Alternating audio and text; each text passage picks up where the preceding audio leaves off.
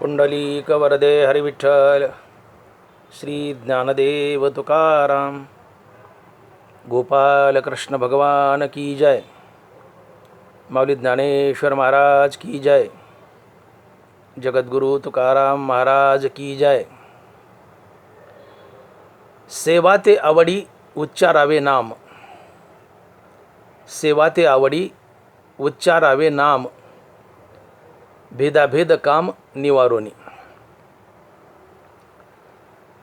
न लगे हलावे चालावे बाहेरी, अवघेची घरी बैसलिया। देवाचीच नामे देवाची येसिरी, सर्व अलंकारी समर्पावी। न लगे हलावे चालावे बाहेरी, अवघेची घरी बैसलिया। तुका म्हणे होय भावेची संतोषी, तुका म्हणे होय भावेची संतोषी, वसे नामापासी आपुलिया। न लगे हलावे चालावे बाहेरी, अवघेची घरी बैसलिया। प्रस्तुत कीर्तनरूपी सेवेसाठी निवडलेला अभंग जगद्गुरु श्री संत तुकाराम महाराज यांचा 4 चरणाचा आणि नामपर प्रकरणातील अभंग आहे।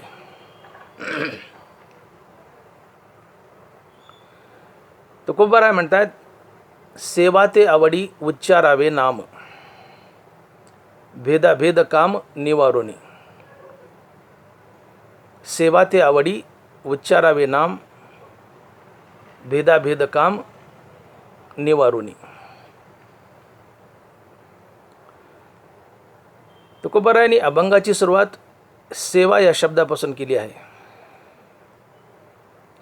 सेवा ते आवडी उच्चारावे नाम।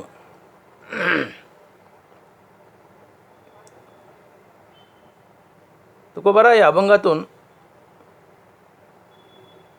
देवाची सेवा कशी करावी हे आम्हाला सांगत आहेत। देवाची सेवा करताना पुष्कळदा आम्ही आमच्या मनानंच देवाची सेवा करतो आणि चुकतो। मग देवाची सेवा करताना आम्ही चुकू नये म्हणून देवाची नेमकी सेवा काय आहे, ती सेवा तुकोबाराय या अभंगातून आम्हाला शिकवत आहेत। सेवा ते आवडी उच्चारावे नाम, भेदाभेद काम निवारोनी। अभंगाची सुरुवात सेवा या शब्दापासून केली आहे महाराजांनी। सेवा, तर सेवा या शब्दाची व्याख्या सांगताना ज्ञानोबा ज्ञानेश्वरीत लिहित आहेत, तैसे स्वामीचे मनोभावा न चुकीजे हेची परमसेवा, एरतो पांडवा वाणिज्य करणे। तैसे स्वामीचे मनोभावा न चुकीजे हेची परमसेवा, एरतो पांडवा वाणिज्य करणे। स्वामीचे मनोभावा न चुकीजे हेची परमसेवा, सकारात्मक सांगितले ज्ञानोबारायांनी। स्वामी म्हणजे देव, मनोभाव म्हणजे इच्छा। स्वामीचे मनोभावा न चुकीजे हेची परमसेवा, देवाच्या इच्छेप्रमाणे आम्ही वागणं ही देवाची सेवा असते। भक्तीमध्ये तुम्ही ज्याची भक्ती करता त्याला नेमकं काय हवंय हे जाणून घ्या, तसं तसं वागा, ती भक्ती असते। भक्ती कोणाची असो, मग ती लौकिक जीवनातली भक्ती असो किंवा परमार्थातली भक्ती असो, ज्ञानोबा म्हणतात की ज्याची तुम्ही भक्ती करता त्याला काय हवं हे जाणून घ्या आणि तसं तसं वागा. ही भक्ती असते, ही सेवा असते. स्वामीचे मनोभावा, स्वामीचे मनोभावा न चुकीजे हेची परमसेवा.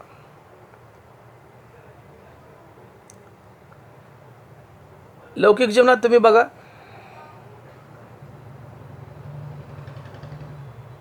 मुलगा आईवडिलाची सेवा करतो, पत्नी पतीची सेवा करते, शिष्य गुरुची सेवा करतो, नौकर मालकाची सेवा करतो. मग ही सेवा म्हणजे काय? तर पत्नीने पतीच्या इच्छेप्रमाणे वागणं ही पत्नीकडून पतीची केली जाणारी सेवा होय, भक्ती होय. मुलाने आईवडिलाच्या इच्छेप्रमाणे वागणे ही मुलाकडून आईवडिलाची केली जाणारी सेवा होय, भक्ती होय. शिष्यानं गुरुच्या इच्छेप्रमाणे वागणं ही शिष्याकडून गुरुची केली जाणारी सेवा होय, भक्ती होय. नौकरानं मालकाच्या इच्छेप्रमाणे वागणं ही नौकराकडून मालकाची केली जाणारी सेवा होय, भक्ती होय. तसं भक्ताने भगवंताच्या इच्छेप्रमाणे वागणं ही भक्ताकडून भगवंताची केली जाणारी सेवा होय, भक्ती होय. आणि म्हणून ज्ञानोबा लिहित आहेत की तैसे स्वामीचे मनोभावा न चुकीजे हेची परमसेवा. ए ऋतू पांडवा वाणिज्य करणे.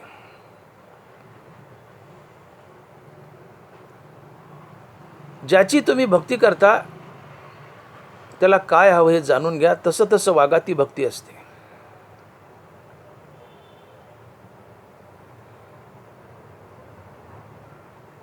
एक नौकर होता आणि एक मालक होता. सकाळची वेळ मालक नौकराला म्हणतो, जा रे माझ्यासाठी कपभर चहा घेऊन ये. सकाळची वेळ मालक नौकराला म्हणतो, जा रे माझ्यासाठी कपभर चहा घेऊन ये. नौकर गेला आणि जेवणाचं ताट घेऊन आला. आता दुपार झाली. दुपार झाल्यावर मालक नौकराला म्हणतो, जा रे माझ्यासाठी जेवण घेऊन ये. नौकर गेला आणि चहा घेऊन आला. मालकानं चहा सांगितला तेव्हा नौकरानं जेवण आणलं आणि मालकानं जेव्हा जेवण सांगितलं तेव्हा नौकरानं चहा आणला. ही नौकराकडून मालकाची केली जाणारी सेवा आहे का गैरसेवा आहे? अर्थातच गैरसेवा आहे. गैरसेवा आहे. मालकाला ज्यावेळेस जे हवंय ते नौकरानं मालकाला पुरवावं ही नौकराकडून मालकाची केली जाणारी सेवा होय. तसं देवाला जे हवंय तसं आम्ही वागावं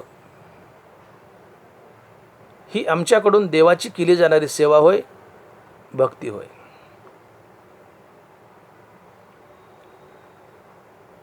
देव म्हणतो माझं डोकं दुखतंय.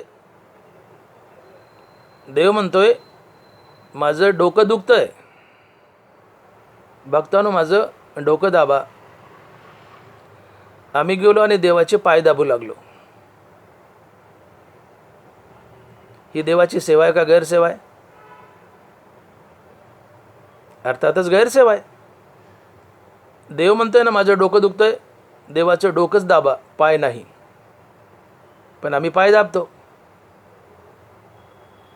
मग देवाच्या इच्छेसारखं आम्ही वागलो का? नाही.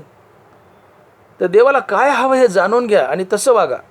ही देवाची सेवा असते, देवाची भक्ती असते. मालकाला काय हवं हे नौकरानं जाणून घ्यावं आणि तसं तसं नौकरांनी वागावं ही नौकराकडून मालकाची केली जाणारी सेवा आहे, भक्ती आहे. तसं देवाला काय हवं हे जाणून घ्या आणि तसं तसं वागा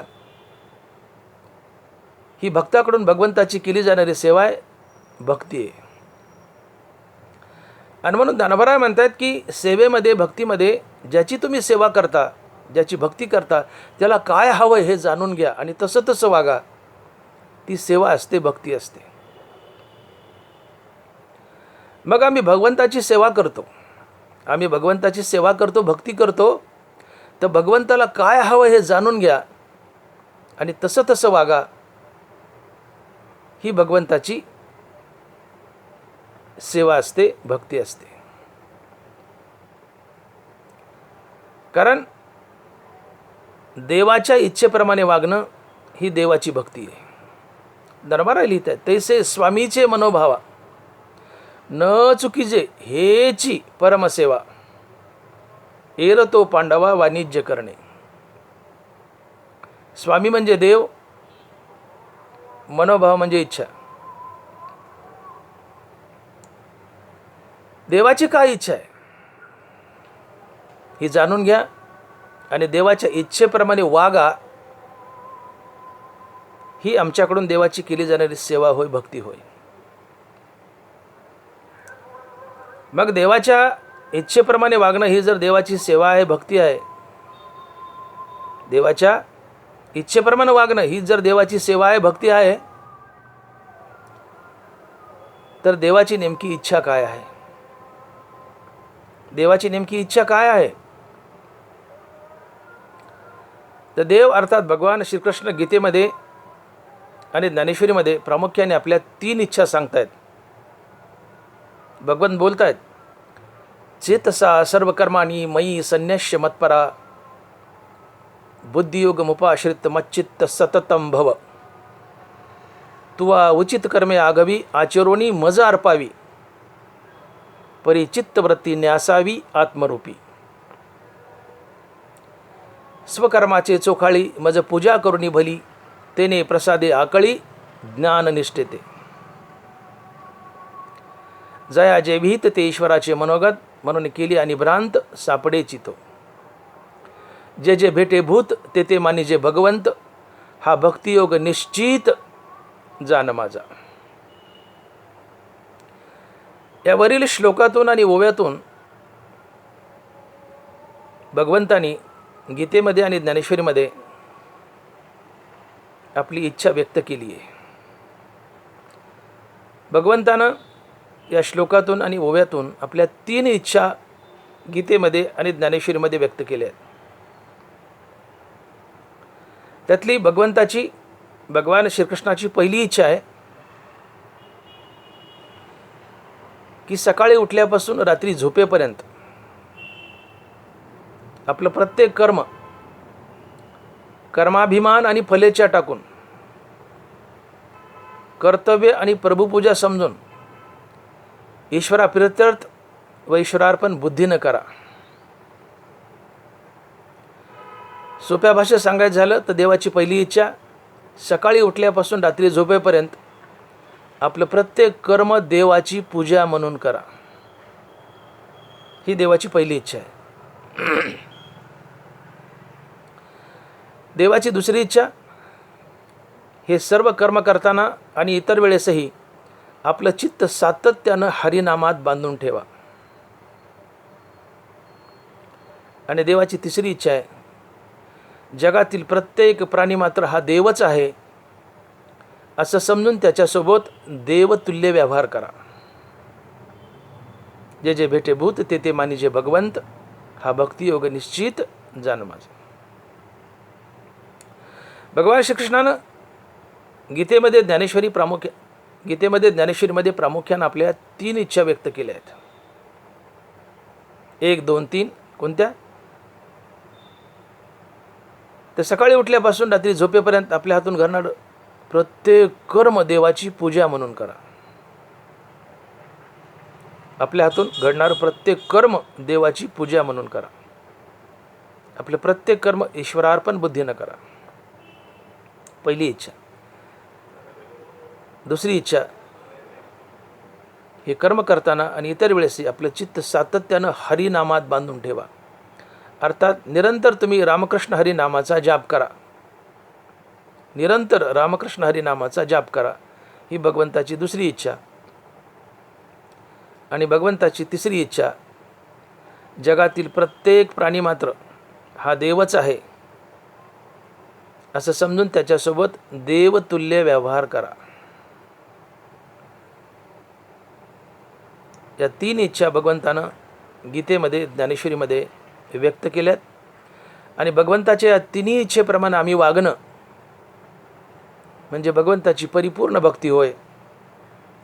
आणि यातलं काही करणं आणि काही सोडून देणं म्हणजे भक्तीतला बाजार होय, भक्तीतला चाटळपणा होय. दणबारा लिहितात, एरतो पांडवा वाणिज्य करणे, तैसे स्वामीचे मनोभावा न चुकीजे हेची परमसेवा, एरतो पांडवा वाणिज्य करणे. याच्या 3 गोष्टी सांगितल्यात भगवंतानं. या 3 गोष्टी करणं म्हणजे भगवंताची परिपूर्ण भक्ती होय. आणि या 3पैकी काही करणं, काही सोडून देणं म्हणजे तो भक्तीतला बाजार आहे. एरतो पांडवा वाणिज्य करणे, वाणिज्य म्हणजे व्यापार, व्यापार म्हणजे बाजार. या 3पैकी काही करणं, काही सोडून देणं म्हणजे भक्तीतला व्यापार आहे, भक्तीतला बाजार आहे. याचा अर्थ कर्मानं ईश्वराला भजा, कर्मदेवाची पूजा म्हणून करा, सातत्यानं रामकृष्ण हरी नामाचा जाप करा. आणि जगातील सजीव निर्जीव सगळे चालेव, जिवंतच काय, सजीव निर्जीव चराचर सगळे सजीव निर्जीव, जगातील प्रत्येक प्राणी मात्र हा देवच आहे असं समजून त्याच्यासोबत देवतुल्य व्यवहार करा. या 3 गोष्टीचं काटेकोरपणे पालन करणं म्हणजे भगवंताची परिपूर्ण भक्ती होय. आणि यातलं काही करणं आणि काही न करणं म्हणजे भक्तीतला बाजार होय, भक्तीतला व्यापार होय, भक्तीतला चाटळपणा होय. एरतो पांडवा वाणिज्य करणे, तैसे स्वामीचे मनोभावा न चुकीचे हेची परमसेवा, एरतो पांडवा वाणिज्य करणे. मग दानवरायांनी भक्ती अर्थात सेवा या शब्दाची काय व्याख्या केली?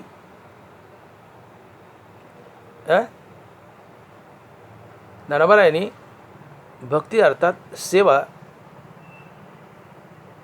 या गोष्टीची 3 प्रकारे व्याख्या केली आहे. काय? तर आपलं प्रत्येक कर्म देवाची पूजा म्हणून करा, पहिली गोष्ट. दुसरी गोष्ट, सातत्यानं रामकृष्ण हरी नामाचा जाप करा, दुसरी गोष्ट झाली. तिसरी गोष्ट, जगातील प्रत्येक प्राणी मात्र हा देवच आहे असं समजून त्याच्यासोबत देवतुल्य व्यवहार करा. या 3 गोष्टीचं काटेकोरपणे पालन करणे म्हणजे भगवंताची परिपूर्ण भक्ती होय, परिपूर्ण सेवा होय. आणि हीच गोष्ट तुकोबा आज अभंगाच्या पहिल्या चरणात सांगतात. आणि महाराज लिहितात, सेवा ते आवडी उच्चारावे नाम, सेवा ते आवडी उच्चारावे नाम, भेदाभेद काम निवारोनी, भेदाभेद काम निवारोनी. सेवा ते आवडी उच्चारावे नाम, भेदाभेद काम निवारोनी.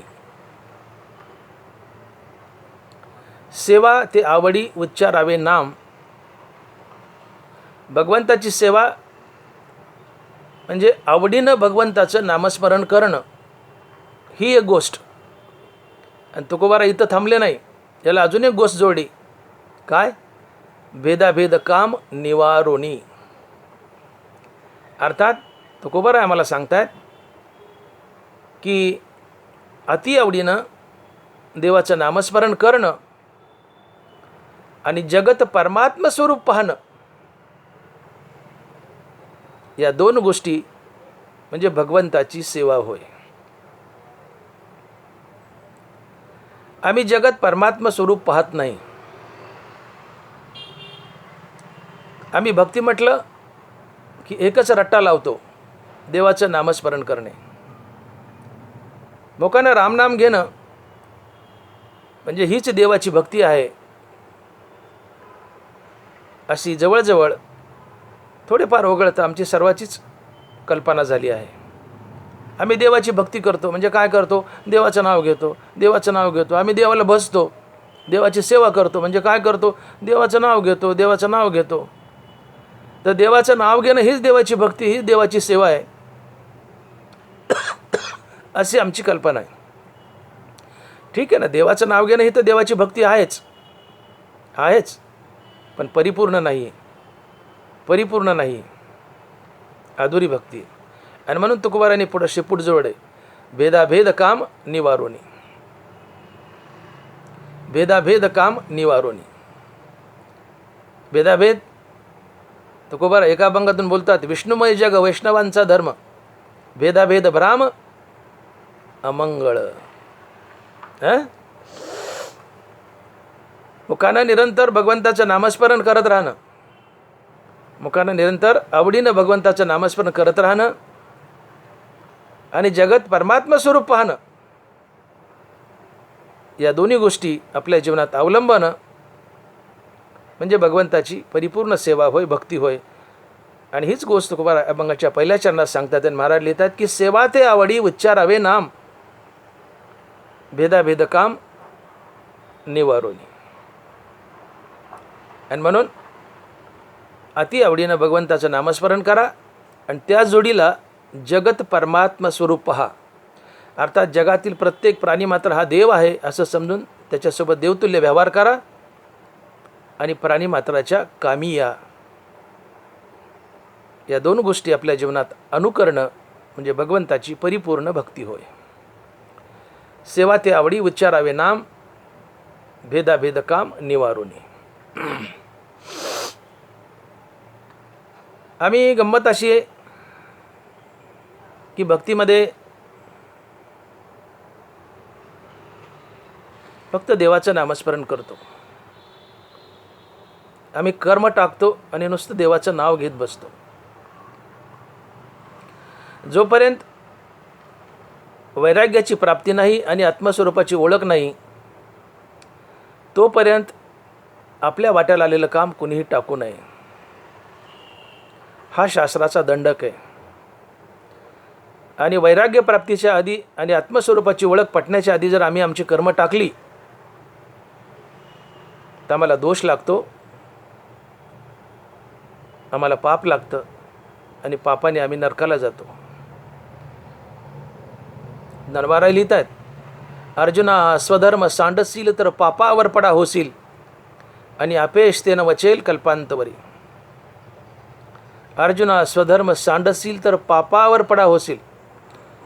देव अर्जुनाला म्हणतात, अर्जुन संन्यासाच्या गोष्टी करू लागला, देवा मला युद्ध नको, माझेच, मी कसे मारू, चुलत काय सख्य काय दोन्ही बाजूला माझेच आहेत, मी मारणार नाही, मला युद्ध नको, मी संन्यास घेतो. अर्जुन देवाला म्हणतोय. देव म्हणतात, अर्जुन अजून तुला वैराग्याची प्राप्ती नाही, आत्मस्वरूपाची ओळख नाही. आणि वैराग्य प्राप्तीच्या आधी आणि आत्मस्वरूपाची ओळख पटण्याच्या आधी तू जर स्वधर्म टाकलास, स्वकर्म टाकलंस तर तुला पाप लागेल, अधोगती होईल, पाप नरकाला नेतं.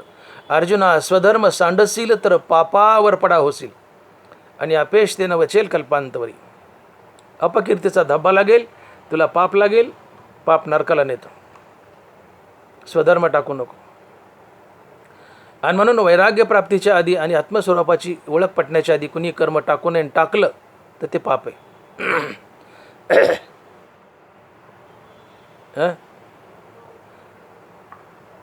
जब आत्मा द्रष्ट न है तब कर्म करणे की ठाय आणि करणे ते आहे आयासवादी. जोपर्यंत आत्मस्वरूपाची ओळख नाही तोपर्यंत कर्म टाकू नयेत. वैराग्य प्राप्तीच्या आधी आणि आत्मस्वरूपाची ओळख पटण्याच्या आधी कर्म कुणीही टाकू नयेत. आणि म्हणून कर्म बंधनकारक आहेत. वैराग्य प्राप्ती आणि आत्मस्वरूपाची ओळख नाही तोपर्यंत, त्याआधी कर्म टाकली तर तो दोष आहे, पाप लागतं. आणि असा मनुष्य भक्तीला भूषण नसून दूषण असतो की जो वैराग्य प्राप्तीच्या आधी आणि आत्मस्वरूपाची ओळख पटण्याच्या आधी आपल्या वाटेला कर्म टाकतो, नुसतं देवाचं नाव घेत बसतो. हा मनुष्य भक्तीला भूषण नसून दूषण आहे. तुकोबाराय म्हणतात, न मानता स्थिती अंगी कर्मत्यागी लंडतो, तुका माने अधम त्याशी भक्ती दुषी हरीची. न मानता स्थिती अंगी कर्मत्यागी लंडतो. जोपर्यंत आत्मस्थिती जीवनात आली नाही आहे, आत्मस्वरूपाची ओळख नाही आहे, वैराग्याची प्राप्ती नाही आहे, तोपर्यंत कर्म टाकू नयेत. आणि टाकले आणि नुसतं नामस्मरण करत बसला तर तो मनुष्य लंड आहे, पापी आहे, तो भक्तीला भूषण नसून दूषण आहे. न बांधता स्थिती अंगी कर्मत्यागी लंडतो, तुका म्हणे अधम त्याशी भक्ती दुषी हरीची. आणि म्हणून जेव्हा निरार्थता नाही तेव्हा व्यापारू असे पाही, मग संतुष्टीचे ठाई कुंठे सहज. आर्थ म्हणजे इच्छा, निरार्थ म्हणजे निरीच्छ विरक्त. निरार्थता नाही तेव्हा व्यापारू असे पाही. जोपर्यंत वैराग्य नाही तोपर्यंत कर्मबंधनकारक आहेत. वैराग्य आल्यानंतर टाकू शकता, पण तो जोपर्यंत वैराग्य आणि आत्मस्वरूपाची ओळख नाही तोपर्यंत कर्म टाकू नये. टाकले तर दोष लागतो, पाप लागतो, अधोगती होते. आणि म्हणून आपल्याकडे भ्रामक कल्पना आहेत की आम्ही देवाचं नाव घेतो, देवाचं नाव घेतो. आम्ही सरळ आपल्या वाट्याला कर्म टाकतो आणि खुशाल झाडाखाली बसून किंवा कुठं इकडं तिकडं भटकत देवाचं नामस्मरण करतो. तेही करतात की नाही देव जाणे, पण मी नामस्मरण करतो असं म्हणतात. तुकोबारा अशा माणसाला लंड म्हणतात, पापी म्हणतात. तो भक्तीला भूषण नसून दूषण म्हणतात. तुका म्हणे अधम त्याशी भक्ती दुसरी हरीची. आणि म्हणून भक्तीची परिपूर्ण व्याख्या समजून घ्या. आपल्या वाट्याला कर्म टाकून वैराग्य प्राप्ती आणि आत्मस्वरूपाची ओळख पटण्याच्या आधी आपल्या वाट्याला कर्म टाकून नुसतं देवाचं नाव घेत बसणं ही भक्ती नाही आहे. उलट ज्ञानेश्वरी आणि गाथा सुचवतात तेव्हा कर्मेशु भजावा हे जे बोलिलं, तेव्हा कर्मेशु भजावं हे जे बोललं. कर्मानं ईश्वराला भजा, कर्मानं ईश्वराला भजणं ही खरी भक्ती आहे. स्वकर्माचे चोखाळी मज पूजा करून भली, तेने प्रसादे आकळी ज्ञाननिष्ठेते.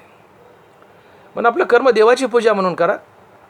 नित्यमुखानं देवाचं नाव घ्या आणि जगातील प्रत्येक प्राणी मात्र हा देव आहे असं समजून त्याच्यासोबत देवतुल्य व्यवहार करा. या तिन्ही गोष्टी आपल्या जीवनात आणणं म्हणजे भगवंताची परिपूर्ण भक्ती होय. आणि यातलं काही करणं काही सोडून देणं म्हणजे भक्तीतील बाजार होय, भक्तीतील व्यापार होय. एर तो पांडवा वाणिज्य करणे. आणि तीच गोष्ट तुकोबारा सांगतात की सेवा ते आवडी उच्चारावे नाम, भेदाभेद काम निवारोनी. काय देवाची सेवा तर आवडी उच्चारावे नाम एक गोष्ट, आणि दुसरी गोष्ट भेदाभेद काम निवारोनी. अर्थात महाराज म्हणतात की भगवंताची सेवा काय आहे तर भगवंताचं आवडीनं नामस्मरण करा ही एक गोष्ट, आणि जगत परमात्मा स्वरूप पहा ही दुसरी गोष्ट. या दोन्ही गोष्टी आपल्या जीवनात आणणं ही भगवंताची भक्ती आहे, भगवंताची सेवा आहे. सेवा ते आवडी उच्चारावे नाम, भेदा भेद काम निवारोनी.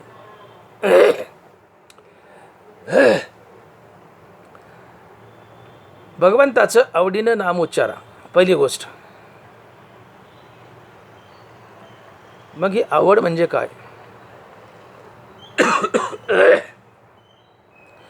तुकोबाराने नुसतं देवाचं नाम उच्चारा असं म्हटलं नाही, आवडीने देवाचं नाम उच्चारा म्हणतात. सेवा ते आवडी उच्चारावे नाम. देवाची सेवा काय? आवडीनं देवाचं नामस्मरण करणं. ही आवड म्हणजे काय? आवड म्हणजे सरळ वैराग्य. आवड म्हणजे सरळ वैराग्य. तुकोबाराच तुकोबारा लिहितात संत चरण रज लागता सहज, वासनेचे बीज जळून जाय. संत चरण रज लागता सहज, वासनेचे बीज जळून जाय. मग राम नामे उपजे आवडी, सुख घडोघडी वाढू लागे. वासनेचे बीज जळून जाय. वासना म्हणजे बळावलेल्या इच्छा, किंवा सरळ म्हणा वासना म्हणजे इच्छा. वासनेचे बीज जळून जाय. वासनेचं बीज जळणं म्हणजे इच्छा मरणं. इच्छा मरणं म्हणजे निरीच्छ होणं.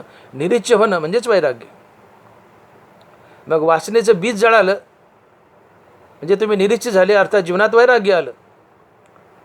आणि वासनेचं बीज जळाल्यावर रामनामाची आवड निर्माण होते. आणि वासना जाणं, वासनेचं बीज जळणं म्हणजेच वैराग्य. मग वासनेचं बीज जळाल्यानंतरच रामनामाची आवड निर्माण होते.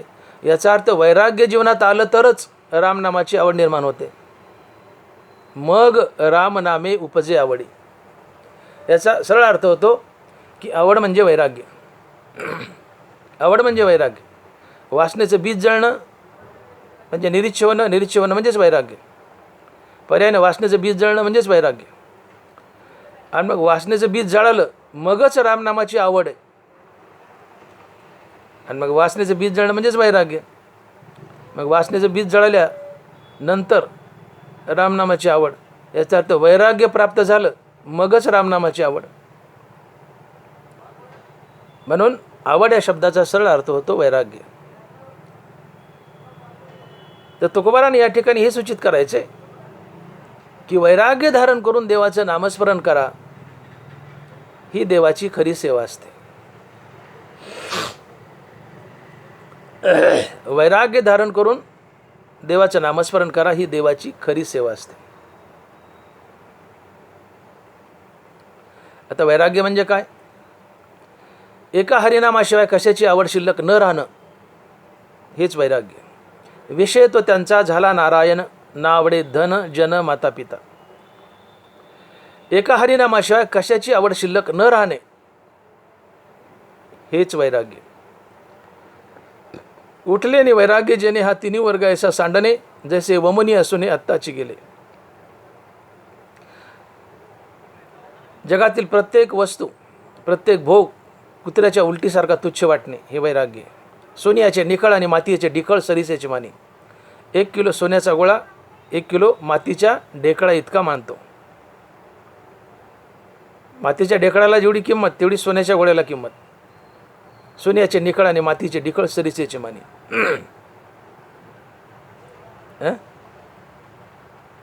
ये लोकापासून तर परलोकापर्यंत अनुकूल भोगाच्या त्यागाची इच्छा. ऐक पारित्रीचे भोग पायिक झाली या इच्छेचे, परी भोगावयाचे न रुचे मना माझी. विश्वातील सर्व भोग तुमच्या पायावर लोळत आहेत, पण ते कुत्र्याच्या उलटीसारखे तुच्छ वाटतात. ते भोगावेसे वाटत नाहीत, ते भोग आवडत नाहीत. आवडतो तो फक्त देव आणि देवाचं नाव, हे वैराग्य असतं. म्हणजे एका हरिनामाशिवाय कशाचीच आवड शिल्लक न राहणं, हे वैराग्य. आणि असं वैराग्य धारण करून देवाचं नामस्मरण करणं म्हणजे आवडीनं देवाचं नामस्मरण करणं होय. आवडीने भावे हरिनाम घेसी, तुझी चिंता त्यासी सर्व आहे. तुझी सगळी चिंता देवाला आहे, पण कधी? आवडीने भावे हरिनाम घेसी. वैराग्य धारण करून अर्थात शुद्ध भावाने देवाचं नाव घेशील तेव्हा तुझी चिंता त्यासी आहे. म्हणून डबल शब्द वापरला आहे. आवड आणि भाव जवळजवळ एकच आहे. भाव हे 2 प्रकारचे आहेत. वैराग्य म्हणजे भाव. भाव 2 प्रकारचे, एक शुद्ध भाव, एक अशुद्ध भाव. ज्याला थोडा संसारही आवडतो आणि थोडा देवही आवडतो, हा अशुद्ध भाव आहे, अशुद्ध भाव आहे. आणि ज्याला फक्त देवच आवडतो, संसार अजिबात आवडत नाही, हा शुद्ध भाव आहे. आणि म्हणून श्री संत मुक्ताबाई म्हणतायत की शुद्ध ज्याचा भाव झाला, दुरी नाही देव त्याला. शुद्ध ज्याचा भाव झाला, दुरी नाही देव त्याला. तुका म्हणे भाव जवळी धरून आणि देव. आम्ही भावाचे पाहुणे बोलतया. ज्ञानोबा आहे. तुमच्या अंतकरणात देवाबद्दल भाव जागृत झाला की देव तुमच्या घरचा पाहुणा झाला. हा भाव देवाला धरून तुमच्या घरात आणतो. मग तुमच्या जीवनात जर भाव आहे तर देव तुमच्या घरचा पाहुणा का होत नाही? याचं कारण तुमचा भाव अशुद्ध आहे. अर्थात तुम्हाला संसारही आवडतो आणि देवही आवडतो, म्हणून अशुद्ध भाव आहे. संसार अजिबात आवडू नये, फक्त देवच आवडावा, हा शुद्ध भाव आहे. आणि तो शुद्ध भाव आमच्या जीवनात नाही आहे. आणि मग शुद्ध भाव म्हणजे वैराग्यच. संसार अजिबात आवडत नाही, फक्त देवच आवडतो, हे वैराग्य आहे. आणि हा शुद्ध भाव आहे. आणि शुद्ध भाव देवाला धरून आणतो. देव आमच्या घरचा पाहुणा होतो शुद्ध भावना देवाचं नाव घेतलं तर. आणि मग शुद्ध भाव म्हणजेच आवड, आवड म्हणजेच वैराग्य. लक्षात घ्या, आवड म्हणजेच वैराग्य, वैराग्य म्हणजे शुद्ध भाव. अर्थात वैराग्य धारण करून देवाचं नामस्मरण करणे हा शुद्ध भाव आणि हीच आवड आहे. अर्थात आवड म्हणजे सरळ सरळ वैराग्य. संत चरण रज लागता सहज, वासनेचे बीज जडून जाय, मग रामनामे उपजे आवडी, सुख घडोघडी वाढू लागे. कारण काही असो, तुमचे वासनेचं बीज जळालं म्हणजे तुम्ही विरक्त झाले. आणि वासनेचं बीज जळालं मगच रामनामाची आवड तुम्हाला निर्माण होते. मग वासनेचं बीज जळणं म्हणजेच वैराग्य आहे ना. मग वासनेचं बीज जळालं, मग रामनाम उपजे आवडी. याचा अर्थ वैराग्य जीवनात आलं मगच रामनामे उपजे आवडी. अर्थात जीवनात वैराग्य आलं तर आणि तरच तुम्हाला रामनामाची आवड निर्माण होते, अन्यथा नाही. तुमचं नामस्मरण उगाच सिजनल असते, हंगामी कधीतरी घेतलं, अवसा पुन्हा नाही घेतलं, वैराग्य नसेल तर. पण वैराग्य जीवनात आलं मग मात्र रामनामाची खरी आवड निर्माण होते. आणि तुकोबारा या चरणात हेच म्हणतायत की सेवा ते आवडी उच्चारावे नाम. देवाची सेवा म्हणजे काय, तर आवडीनं देवाचं नामस्मरण करणं, आवडीनं देवाचं नाम उच्चारणं. मग ही आवड म्हणजे काय, गंमत नाही आपली दाटोमोठी, हे रामकृष्ण हरी रामकृष्ण हरी रामकृष्ण हरी, थोडं लक्ष इकडं थोडं लक्ष तिकडं, गप्पा चालल्यात, गडीभर विसरला, गुतला कामात, लागला संसारात, पुन्हा 10 तासांनी रामकृष्ण हरी रामकृष्ण हरी. ही आवड नाही. एक हरिनाम सोडून कशाचीच आवड शिल्लक न राहणं, हे वैराग्य आहे आणि हीच आवड आहे. तुम्हाला काही आवडत नाही, फक्त देवाचं नावच आवडतं आहे, हे वैराग्य आणि हीच आवड आहे. अर्थात वैराग्य धारण करून देवाचं नामस्मरण करणं म्हणजे आवडीने देवाचं नामस्मरण करणं. हनुमान महाराज म्हणतात की सेवा ते आवडी उच्चारावे नाम. देवाची सेवा म्हणजे काय, तर वैराग्य धारण करून देवाचं नामस्मरण करा. यालाच तुकोबाराय म्हणतात आवडी उच्चारावे नाम. अर्थात वैराग्य धारण करून देवाचं नामस्मरण करणं म्हणजेच आवडीनं देवाचं नामस्मरण करणं, आणि ही देवाची भक्ती असते, देवाची सेवा असते. आवडी उच्चारावे नाम. आणि याच्या जोडीला तुम्ही जगत परमात्मा स्वरूप पहा. जग अवघे देव, तुकोबाराय, जग अवघे देव हे समस्त ही श्री वासुदेव, ऐसा प्रतिती रसाचा ओतला भावो, म्हणून भक्ता माझी रावो आणि ज्ञानिया ही तोची. हे समस्त ही श्री वासुदेव, आदी ब्रह्मा करुणी शेवटी मशक धरुणी, माझी समस्त जाणुनी स्वरूप माझे. ज्ञानोबाराय, ब्रह्मदेवापासून तर किड्यामुंगीपर्यंत डोळ्याला दिसणारी प्रत्येक वस्तू हा देव आहे. कबीजेची झाली तरू अथवा भंगाराची अलंकारू, तैसा मज एकाचा विस्तारू, ते हे जग. दरिली सोंगे येणे अवघी पांडुरंगे. जगातली प्रत्येक वस्तू, दगडधोंडा, सजीव निर्जीव चराचर, जगातली प्रत्येक वस्तू म्हणजे पांडुरंगानं धरलेलं सोंग आहे. तात्पर्य जगात देव नटलाय, जग हाच देव, जग हाच देव. आणि याला तुकोबाराय म्हणतात की विष्णुमय जग वैष्णवांचा धर्म, भेदाभेद भ्राम अमंगळ. जगत विष्णुमय आहे. विषु या धातूपासून विष्णू शब्द आलाय. विषु म्हणजे प्रवेश करणे आणि विषु म्हणजे विष्णू. विषु म्हणजे प्रवेश करणे आणि विषु म्हणजे विष्णू. पर्यायाने विष्णू म्हणजे प्रवेश करणे. आणि म्हणून विष्णू या शब्दाचा अर्थ होतो की जो चराचरात प्रवेश करून आहे, चराचराला व्यापून आहे, तो विष्णू. आणि म्हणून जगत विष्णुमय आहे, कारण विष्णूने चराचरात प्रवेश केला आहे, चराचराला व्यापून आहे, आणि म्हणून जगत विष्णुमय आहे. आणि म्हणून तुकोबाराय म्हणतात की विष्णुमय जग वैष्णवांचा धर्म, भेदाभेद भ्रामा मंगळ. जगत विष्णुमय आहे. जग वेगळा आणि देव वेगळा हा भ्रम आहे, हे अमंगळ आहे.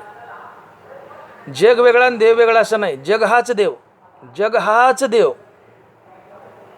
नवरा लिहितात की तैसे जगा परोते सारोनी पाहिजे माते, तैसे नव्हे उखिते अवघेची मी. तैसे जगा परोते सारोनी पाहिजे माते. मला जगातून वेगळं सरकू नका, देव म्हणतोय, मला जगातून वेगळं सरकू नका. जग हाच देव. जगातून देव वेगळा केला, किती व्यभिचारी भक्ती आहे. देव दुरावला. जगाने देव यांचे 2 तुकडे करू नका. देवाला जगातून बाजूला सरकू नका. जग हाच देव, जग हाच देव. हे समस्त ही श्री वासुदेव, जग हाच देव. हा भेदाभेद आहे, आणि भेदाभेद करणं हे भ्रम आहे, हे अमंगळ आहे. भेदाभेद करू नका. जग वेगळं आणि देव वेगळं असे जगाचे 2 तुकडे करू नका. देवाला जगातून वेगळं सरकू नका. जग हाच देव. हनुमान नरमारा लिहितात की तैसे जगा परोते सारोनी पाहिजे माते, तैसा नव्हे उखिते अवघाची मी. जगातून मला वेगळं करू नका. जग हाच देव, अगव जग हाच देव, पूर्ण जग हाच देव, हे समजते ही श्री वासुदेव. आणि म्हणून वैराग्य धारण करून देवाचं नामस्मरण करा, अर्थात आवडीने देवाचं नामस्मरण करा आणि जगत परमात्मा स्वरूप पहा. या दोन गोष्टी जीवनात आणणं म्हणजे देवाची खरी सेवा होय. तुकोबाराय अभंगात बोलतात पहिल्या चरणात. आणि म्हणून जगातील प्रत्येक प्राणी मात्र हा देव आहे असं समजून त्याच्यासोबत देवतुल्य व्यवहार करा. जगातील प्रत्येक प्राणी मात्र हा देवच आहे असं समजून त्याच्यासोबत देवतुल्य व्यवहार करा. कुणालाही फसवू नका. समोरच्याला फसवलं, देवाला फसवलं. समोरच्याला हाणलं, देवाला हाणलं. समोरच्याला शिवीगाळ केली, देवाला शिवीगाळ केली. समोरच्याचं वाईट केलं, देवाचं वाईट केलं. समोरच्याकडून भ्रष्टाचार करून पैसे घेतले, देवाकडून भ्रष्टाचार करून पैसे घेतले. मग तुमचं देव कसं नीट करेल? तुमची कुपाटच लावेल, वाटोळच करेल तुमचं. म्हणून भ्रष्टाचार करू नका. तुका म्हणे एका देहीचे अवयव, तुका म्हणे एका देहीचे अवयव, सुखदुःख जीव भोग पावे. शरीरातील कोणत्याही अवयवानं घेतलेला सुखदुःखाचा भोग हा जीवानंच घेतलेला सुखदुःखाचा भोग असतो. तसं समाजातील कोणत्याही माणसाचं वाईट केलं, तुम्ही देवाचं वाईट केलं. समाजातील कोणत्याही माणसाचं चांगलं केलं, तुम्ही देवाचं चांगलं केलं. कारण जगत विष्णू स्वरूप आहे. जग हाच देव आहे. भगवान विष्णू, भगवान श्रीकृष्ण चराचरात नटला आहे. आणि म्हणून धरी लिसोंगे येणे अवघी पांडुरंगे. जगातील प्रत्येक वस्तू म्हणजे पांडुरंगानं, भगवान विष्णूनं, भगवान श्रीकृष्णानं धरलेलं सोंग आहे. आणि म्हणून विटेवरील विठ्ठल, विटेवर उभा असलेला विठ्ठलही विठ्ठलच आणि रांगेत दर्शनाला उभी असलेली माणसंही विठ्ठलच असं समजून ज्यांचं भजन आहे त्यालाच विठ्ठलाची प्राप्ती होते, त्यालाच विठ्ठल दर्शन देतो. अन्यथा विटेवरचा विठ्ठल वेगळा आणि रांगेतील दर्शनाला उभी असलेली माणसं वेगळी असा भेद केला तर मरुस तर किती वाऱ्या करा, देव म्हणतो माझं नकही पाहायला मिळणार नाही. ऐसे देखोनी किरीटी भेदू सुसी हा न पोटी, तरी जन्माच्या कोटी न लासी रेगो.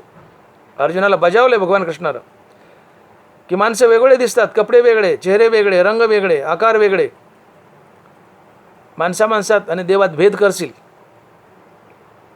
तो कोट्यावधी जन्म घेतो, तुला माझं नकही पाहायला मिळायचं नाही.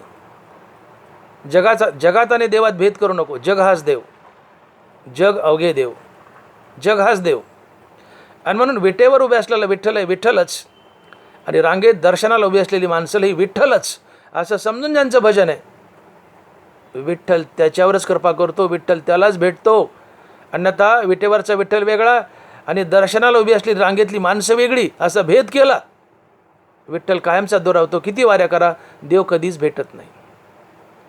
आणि म्हणून विष्णुमय जग वैष्णवांचा धर्म, भेदाभेद भ्राम अमंगळ. जगत विष्णुमय आहे. जगात चराचराच्या रूपाने एक विष्णूच नटला आहे. आणि म्हणून जग आणि देव याच्यात भेद करू नका. जग आणि देव याचे दोन तुकडे करू नका.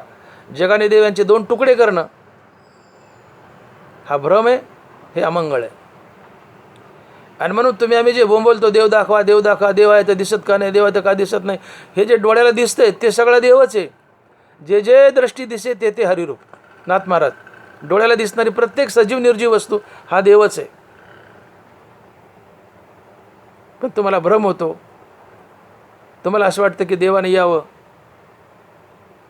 आणि तसाही देव आहेच की, चतुर्भुज रूपात कमरावर हात दिलेला पांडुरंग, तसा देव आहेच की. तसा एखादा देव आहे ना आमच्या पुढे उभा राहावं. नाही, जगात जे नटलं हे जग आहे. हा जग, ह्या जगाला अधिष्ठान काय आहे? जग हाच देव आहे. जग कशामुळे जिवंत आहे? तुम्ही आम्ही का मरतो? हां, देव म्हणजे आत्मा आहे. या आत्म्याने आपली शक्ती काढून घेतलं की तुमचं आमचं मडं पडतं, आमचं रामनाम सत्वतं. दुसऱ्या दिवशी सावडायला गेलो, पहिल्या दिवशी जाळतात, दुसऱ्या दिवशी सावडायला गेलो नुसते हाडकं उरतात. आणि मग रोडरोड माणसं म्हणतात हा साहेबाचा टिबिया, हा साहेबाचा फिबुला, हो हो हो, हे साहेबाचं फिमर, हि हि हि, हे साहेबाचं ह्युमरस, हा साहेबाचा स्कॅपुला, हे साहेबाचं क्लॅव्हिकल. हे साहेबाची वर्टिब्रे हाडकं धरधूर रडतात का? देवाने अधिष्ठान काढून घेतलं, देवाने सत्ता काढून घेतली, आत्मसत्ता निघून गेली. तुमच्या आमच्यात ही चेतना ही आत्मसत्तेची सत्ता आहे. आणि म्हणून देव गुप्त रूपानं तुमच्या आमच्यात सदैव वास करतोय. तशा हृदया माझी मी रामो असता सर्व सुखाचा आराम की भ्रांताशी काम विषयावरी. जगात सर्वत्र देवच नटला आहे. डोळ्याला दिसणारी सजीव निर्जीव प्रत्येक वस्तू हा देवच आहे. आणि म्हणून देवाची सेवा करताना तुकोबाराय आम्हाला बजावतायत की वैराग्य धारण करून देवाचं नामस्मरण करा. याला म्हणतात आवडी उच्चारावे नाम. अर्थात अति आवडीनं देवाचं नामस्मरण करा आणि जगातील प्रत्येक प्राणी मात्र हा देव आहे असं समजून त्याच्यासोबत देवतुल्य व्यवहार करा. या दोन गोष्टी आमच्या जीवनात आम्ही आणणं ही देवाची परिपूर्ण सेवा आहे, ही देवाची परिपूर्ण भक्ती आहे. आणि म्हणून तुकोबाराय अभंगाच्या पहिल्या चरणात म्हणतात की सेवा ते आवडी उच्चारावे नाम भेदाभेद काम निवारोनी. आणि ही सेवा ही भक्ती अतिशय सोपी आहे म्हणले. देवाचं नामस्मरण करायला, आवडयुक्त देवाचं नामस्मरण करायला तुम्हाला कुठं हलावं चालावं घराच्या बाहेर जायची काही गरज नाही. हे अभंगाच्या दुसऱ्या चरणात सांगतात. आणि महाराज बोलतायत न लगे हलावे चालावे बाहेरी, न लगे हलावे चालावे बाहेरी अवघेची घरी बैसलिया. देवाच्या आवडीनं नाम घ्यायचं. सेवा ते आवडी उच्चारावे नाम. देवाच्या आवडीनं नाम घ्यायचं, प्रेमानं देवाला आळवायचं आहे. तुम्हाला हलावं डुलावं घराच्या बाहेर जावं काही गरज नाही. ग्रहाधिक आगवे काही न लगे त्याज्यावे जे झाले स्वभावे